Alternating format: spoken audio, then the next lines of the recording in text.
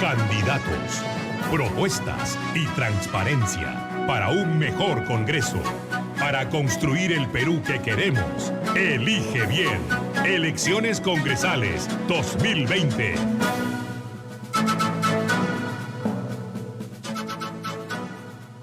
Está en nuestros estudios, como lo anunciamos, Wilder Ruiz, candidato al Congreso con el número 8 por Solidaridad Nacional, y Farid Matuk, candidato al Congreso por el Frente Amplio. Bienvenidos, muy buenos días. Empecemos por un breve resumen de cada uno en 30 segundos de quiénes son. Yo sé que la gente los conoce, ¿no? Que algunos de ustedes, sobre todo Farid Matuk, ha sido caserito en este y en otros medios, pero vale la presentación. Bueno, soy Wilder Ruiz Silva y voy al Congreso de la República con el Sol de Solidaridad y el número 8. Y voy porque quiero contribuir a hacer un Congreso constructivo donde las libertades políticas permitan generar un clima de inversiones para respetar esa economía libre de mercado que nos permita al final financiar la educación que el país necesita, ¿no? Farid Matuk, del Frente Amplio. Bueno, Farid Matuk, el jefe del INEI, he trabajado en la SBS en la época de Humala, he sido consultor desde el segundo gobierno de Belaúnde, el 84, toda una vida en sector público, sé algo de sector público. El año pasado fui asesor del Frente Amplio en el Congreso y ahora esencialmente la propuesta central es que los funcionarios públicos electos o designados pierdan el secreto bancario, pierdan la reserva tributaria, o sea, la presunción de honestidad en los funcionarios públicos ha desaparecido y creo que los ciudadanos debemos saber con exactitud cuánta plata hicieron en la vida, cuánto pagaron de impuestos, quién es su parentela, qué acciones tienen en la bolsa, qué educación tuvieron desde las computadoras del Estado, no el papel ridículo que se llena del Jurado Nacional de Elecciones. Vamos a la discusión, ¿no es cierto? Ha habido mucha controversia y estuvo acá Rafael López Aliaga, que siempre se queja, ¿no? Decía que le faltó tiempo, pues estuvimos como más de 20 minutos acá, ¿no? Con respecto al spot donde ustedes han hecho desde Solidaridad un signo igual prácticamente entre Abimael Guzmán, Polay, Antauro Humala, Martín Vizcarra, Marco Arana, Verónica Mendoza, o sea, todos son iguales, ¿no es cierto? Todos son parte del marxismo y bueno, por supuesto Chávez y Evo Morales les han puesto un signo igual a todos. Y eso ha sido considerado ofensivo por algunos. Bueno, algunas personas de la izquierda se han sentido ofendidos porque les hemos recordado su pasado y actualmente su presencia. Es decir, nadie de izquierda va a poder negar que en algunos momentos coquetearon con Sendero y con la MRTA y siguen coqueteando con Maduro y la gente de los seguidores de Fidel Castro en Cuba. Es decir, yo sí creo, y con toda razón, se han sentido aludidos, se han sentido tocados, porque creo que el país necesita recordarle a estos señores el daño que le hicieron durante décadas al país. Y claro, los comprendo, porque ellos creen que el país va perdiendo la memoria para no recordarles todo el daño que han hecho. Matuk, ¿qué responde a eso, Matuk? Es una fantasía. Si te acercas al micro. Es una fantasía, pura y simplemente. Es una adjudicación mágica. Es igual que Paso el Cuy, la gallina negra, las alas de mariposa. Es fantasía, es mitología. Cada quien es libre de construir una mitología. Eso no es verdad, así de simple. Claro, pero lo que están diciendo es que si el Frente Amplio, en este caso la izquierda, ganara, bueno, lo de Vizcarra ya incluso no entiendo cómo puede ser madurista si en este momento el gobierno de Maduro está acusando a Vizcarra de ser el responsable de un ataque militar ocurrido en la frontera. Es por el apoyo que tiene Vizcarra de la gente de izquierda. Y claro, ya, pero fíjate, sí. Nicolás, qué importante es para las nuevas generaciones, para los chicos que tienen 20, 21, 25 años, que escuchen que Sendero Luminoso, que el MRTA, toda esa miseria que generaron, es ahora una fantasía, es un invento. Es decir, pero creo que hay que recordárselos. Un joven que nos está escuchando de 20, 22 años puede quedarse con la idea, con la con el pensamiento que efectivamente Sendero Luminoso fue una ilusión, fue una fantasía. Pero ¿a eso se refiere, Matú, cuando habla de fantasía o a qué? Claro que obviamente no. O sea, cualquiera tiene familia y la familia de los jóvenes de 22 años saben que Sendero existió. Saben que Sendero asesinó dirigentes sindicales. Saben que Sendero se opuso a los sindicatos. Sabe eso. También las personas saben de que el fundador del Frente Amplio, Marco Arana, ha declarado que Venezuela es una dictadura. Punto. Se acabó. O sea, no hay más. Yo, a los 16 años, consideré que en Cuba había una dictadura. O sea, ¿vienen a decir a mí que Cuba es una dictadura? Ya, sí lo es. Desde toda la vida yo lo supe. Entonces, aquí lo que hay es una construcción que es básicamente de inventar terror, pongo imágenes impactantes, y después digo, esas imágenes impactantes, eso es consecuencia de estas personas. O sea, la adjudicación... Claro, pero digamos, es el mensaje, que uno puede considerarlo perverso, o sea, tiene un objetivo político, ¿no es cierto? Que es crearle miedo a la gente, que un eventual avance electoral del Frente miedo, Amplio Nicolás. ponga en peligro No miedo, la Nicolás. estabilidad. Recordar, volver a poner sobre el tapete un debate que posiblemente se va a dar. Quizás ya no con la violencia política, pero sí se viene posiblemente el debate, y Farid es un economista de mucho prestigio, posiblemente uno de los cambios de la Constitución que es más valiosa, que es su capítulo económico. Entonces, sí creemos que... O sea, pero ¿qué significa? ¿Que los que propongan la modificación del capítulo económico son terroristas? por lo menos vienen de la vereda y del caminar con ellos en la década del 80 y del 90. Eso no se puede negar. Y los que creemos y queremos construir un estilo de vida y un país en función de unos valores y unos principios, creemos que la izquierda todavía es una presencia que atenta contra esa paz y esa tranquilidad que nosotros queremos construir. O sea, ese es el debate nacional. ¿Qué dice Matú? Porque ustedes sí quieren cambiar el capítulo económico, ¿no? Bueno, el capítulo económico es un tigre de papel. O sea, si Alan García fuese elegido con la Constitución del 93, Alan García produce una inflación, y lo describo muy rápidamente. Número 1, secuestro al Banco Central, nombrando sus 7 directores. Número 2, obligo que las AFPs retornen todo el dinero que está en el extranjero y lo transformen en soles. Número 3, hago que el Ministerio de Economía le venda papeles a las AFPs. Número 4, pongo un encaje del 200% a los bancos, a los depósitos en dólares, y los esfuerzo a tener soles. Cambié la Constitución, ni una línea. O sea, yo puedo producir una hiperinflación si secuestro al Banco Central, como lo hizo García el 85. O sea, ese mito de que la Constitución del 93 nos protege de algo es nada. O sea, si tenemos un presidente, como fue Alan García el año 85, con mayoría en el Congreso, y se apodera del Banco Central, se acabó el negocio. La Constitución lo único que dice es que el Banco Central no le puede prestar al MEF. Nada más. Y todas las AFPs y todos los bancos comerciales están en la estacada. Si el gobierno quiere producir un megadéficit y financiarlo a través del sistema financiero, lo puede hacer con la Constitución del 93. O sea, eso que la Constitución del 93 nos produjo algo mágico es falso. Ya, pero ustedes están proponiendo el cambio de la Constitución del 93 en el capítulo económico. No, ¿Pero en qué aspecto? No, en el papel del Estado en la economía, no, el por ejemplo. el punto es muy simple. La Constitución de Pinochet, para poner un ejemplo que me imagino tiene toda la pureza necesaria, no tiene capítulo económico, porque las constituciones tienen 2 partes. Tienen los derechos de las personas, tales cuales, y la arquitectura del Estado. Si hay un Congreso, si son 2 cámaras, que si hay Jurado Nacional de Elecciones, que si hay Tribunal Constitucional, que si hay Defensor del Pueblo. Esas son las constituciones en todo el resto del mundo.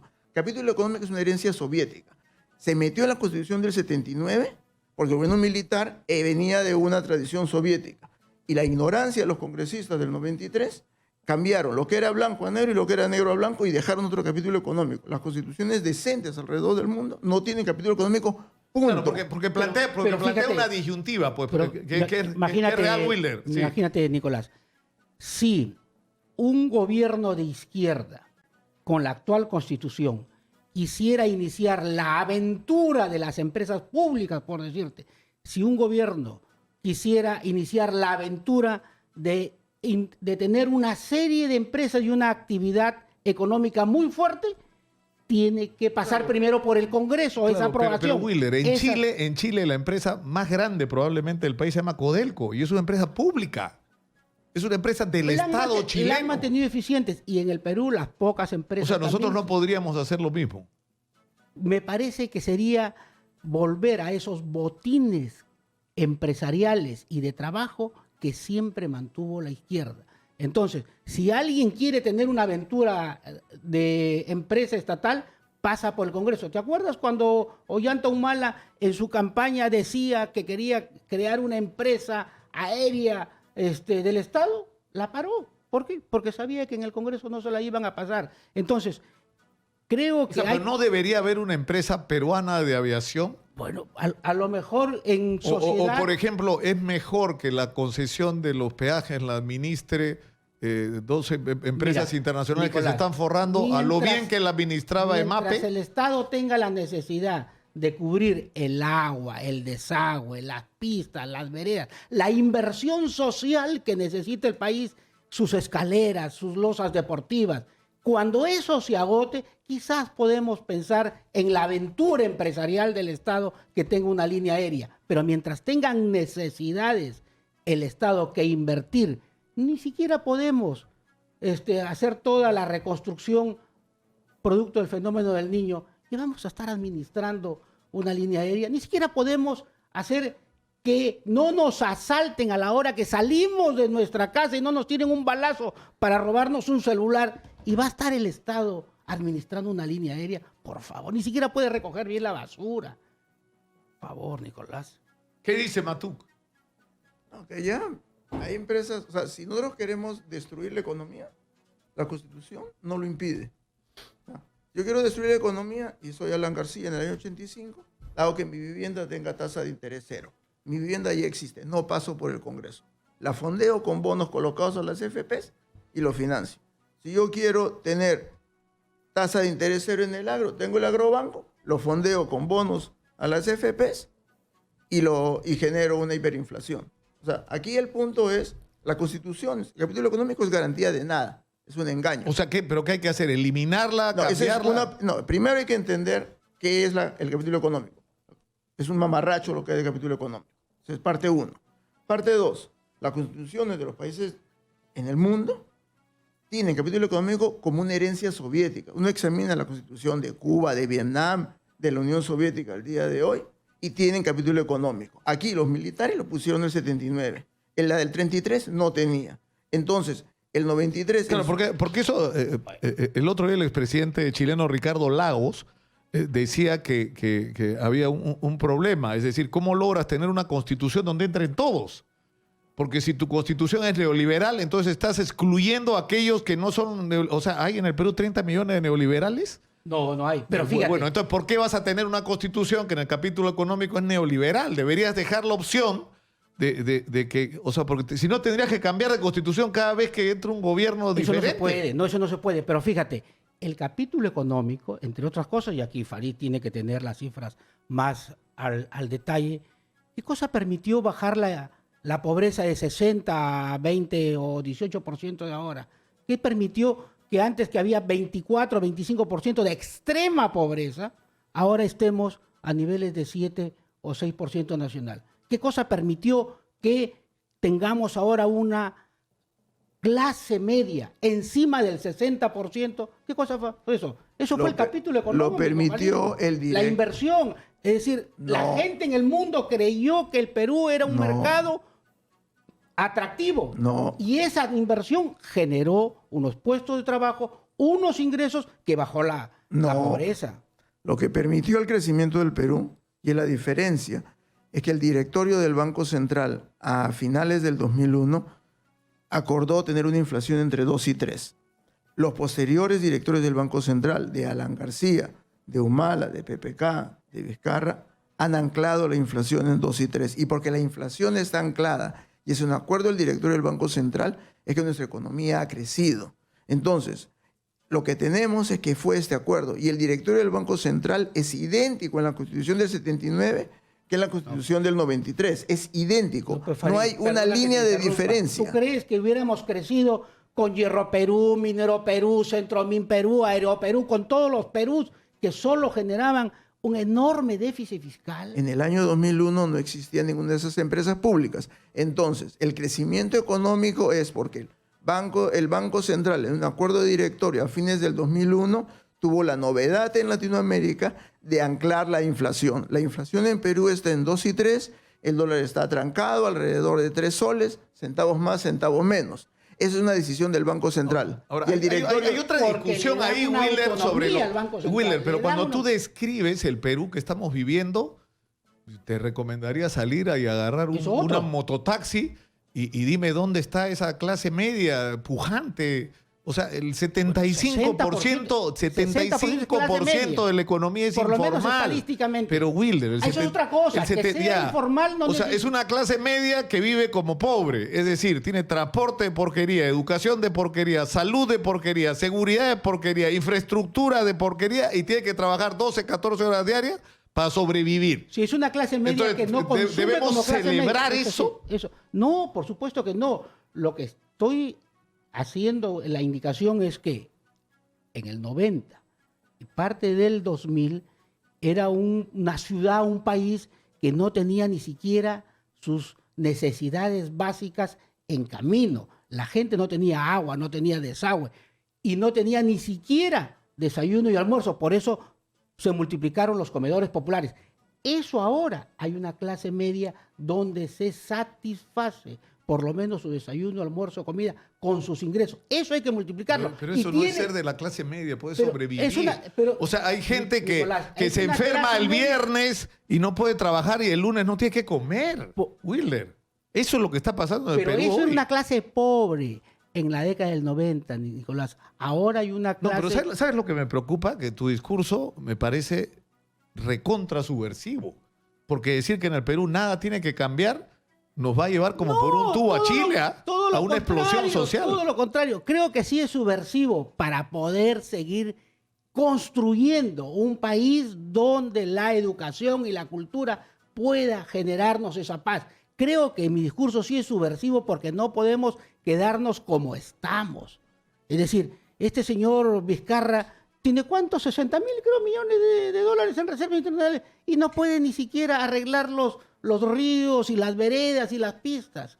Pero hay que ser subversivo para hacer esa protesta. ¿Cómo no voy a ser subversivo cuando te están asaltando y robándote un celular? Claro que hay que ser subversivo y no hay que quedarse con las Ahora, manos cruzadas. Pero ahora, ¿cuál va a ser favor. la propuesta? O sea, el Frente Amplio va a llegar al Congreso y ¿qué es lo que va a proponer? bueno, hay O sea, según las encuestas van a tener representación parlamentaria, ¿no? De seguro, y la izquierda va a tener más de 20. O sea, si antes se asustaron con 20, ahora se van a asustar más. O sea, están seguros. El problema es que la izquierda va a fraccionar. ¿Qué va a pasar? Pero va a pasar- producir el fenómeno del voto perdido.